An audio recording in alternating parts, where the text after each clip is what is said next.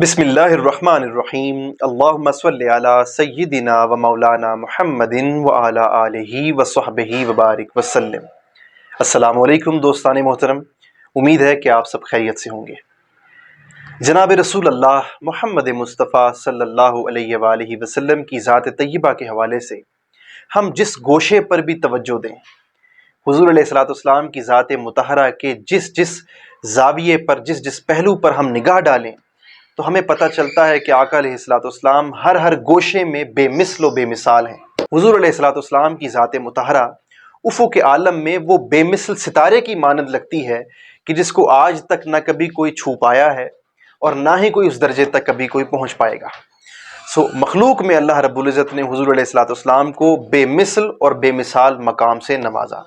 اور حضور علیہ الصلوۃ والسلام کو وہ رفعت عطا فرمائی کہ جس پر فرمایا گیا، جس پر کہا گیا کہ بعد از خدا بزرگ توی قصہ مختصر۔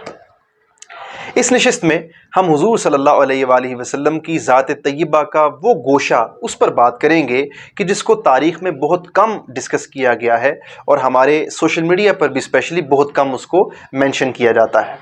میری مراد حضور علیہ الصلوۃ والسلام کا وہ گوشہ رہبری ہے، وہ رہنمائی کا گوشہ ہے کہ حضور علیہ الصلوۃ والسلام کو ہم بحیثیت لیڈر دیکھیں، بحیثیت حکمران دیکھیں کہ ایز اے رولر ہمارے نبی پاک صلی اللہ علیہ وآلہ وسلم کی جو شخصیت ہے اور جو حضور علیہ الصلوۃ والسلام کا طرز عمل ہے وہ کیسا تھا۔ اس ضمن میں جو ریاست مدینہ کا قیام ہے وہ آقا علیہ الصلوۃ والسلام کا بطور حکمران سب سے بڑا اقدام ہے۔ تو ریاست مدینہ کا جو قیام ہے اس سے قبل جو لیٹسٹ جو ڈیولپمنٹس اس زمانے میں ہوئی تھیں، میں ان سے اپنی گفتگو کا آغاز کروں گا تاکہ ہم ان اصولوں کو سمجھ سکیں کہ جن اصولوں پر رہتے ہوئے حضور علیہ الصلوۃ والسلام نے ایک اسٹیٹ اسٹیبلش فرمائی تھی۔ تو اعلان نبوت کے بعد 11 برس بیت چکے تھے۔ حضور علیہ الصلوۃ والسلام اپنے اصحاب کے ساتھ ہر سال منا کے مقام پر جایا کرتے اور وہاں تشریف لے جا کر حضور علیہ الصلوۃ والسلام دین حق کی دعوت اور تبلیغ فرمایا کرتے ہیں۔ تو اعلان نبوت کے 11ویں برس کے بعد ایسا ہوا کہ منا کے مقام پر ایک سال مدینۃ المنورہ سے، جس کو اس زمانے میں یثرب کہا جاتا تھا، 12 افراد پر مشتمل ایک وفد ہمارے رسول پاک صلی اللہ علیہ وآلہ وسلم کی خدمت اقدس میں حاضر ہوا۔ اس کو بیعت عقبہ اولیٰ بھی کہتے ہیں۔ اس 12 افراد کے وفد نے حضور علیہ الصلوۃ والسلام کی بارگاہ میں حاضر ہو کر حضور علیہ الصلوۃ والسلام کے دست اقدس پر بیعت کرنے کی خواہش کا اظہار کیا۔ جب انہوں نے اس خواہش کا اظہار کیا، جب حضور علیہ الصلوۃ والسلام نے ان کی اس خواہش کو سنا، تو آقا علیہ الصلوۃ والسلام نے اس بیعت سے پہلے ان 12 افراد کے لیے کچھ اصول واضح فرمائے۔ ان اصولوں پر ہمیں سمجھ آتی ہے کہ آقا علیہ الصلوۃ والسلام نے بعد ازاں کیسے ریاست تشکیل فرمائی۔ تو آقا علیہ السلام نے انہیں فرمایا کہ سب سے پہلا اصول اور سب سے پہلی شرط بیعت کرنے کی یہ ہے، حضور علیہ الصلوۃ والسلام کے دست اقدس پر بیعت کرنے کی پہلی شرط یہ ہے کہ تم نے اللہ کی توحید کو مضبوطی کے ساتھ تھامے رکھنا ہے، اللہ کو وحدہ لا شریک ماننا ہے، اور اللہ کی توحید کے عقیدے پر تم نے استقامت سے قائم رہنا ہے۔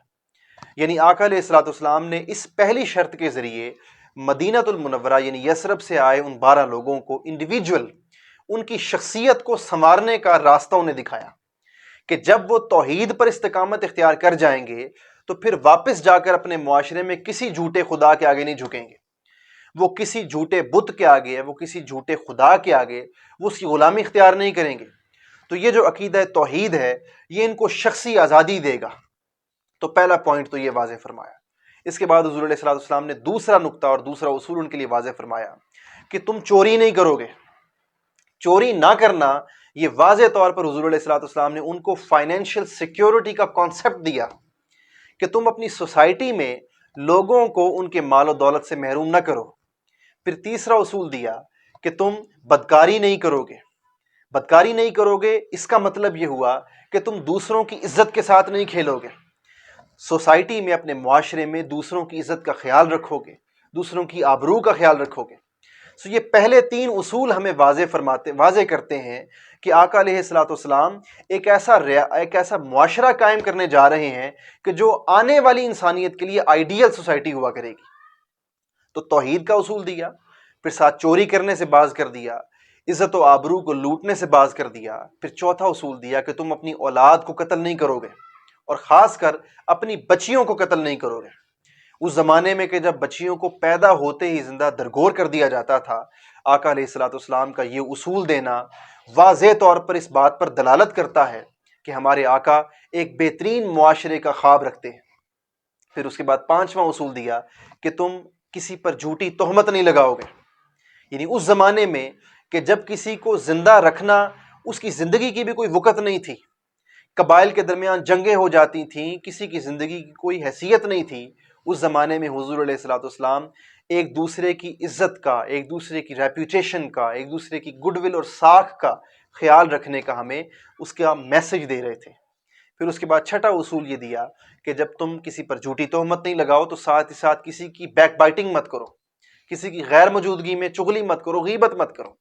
اور آخر پر یہ شرط لگائی کہ تم رسول اللہ صلی اللہ علیہ وآلہ وسلم کی اطاعت کرو گے۔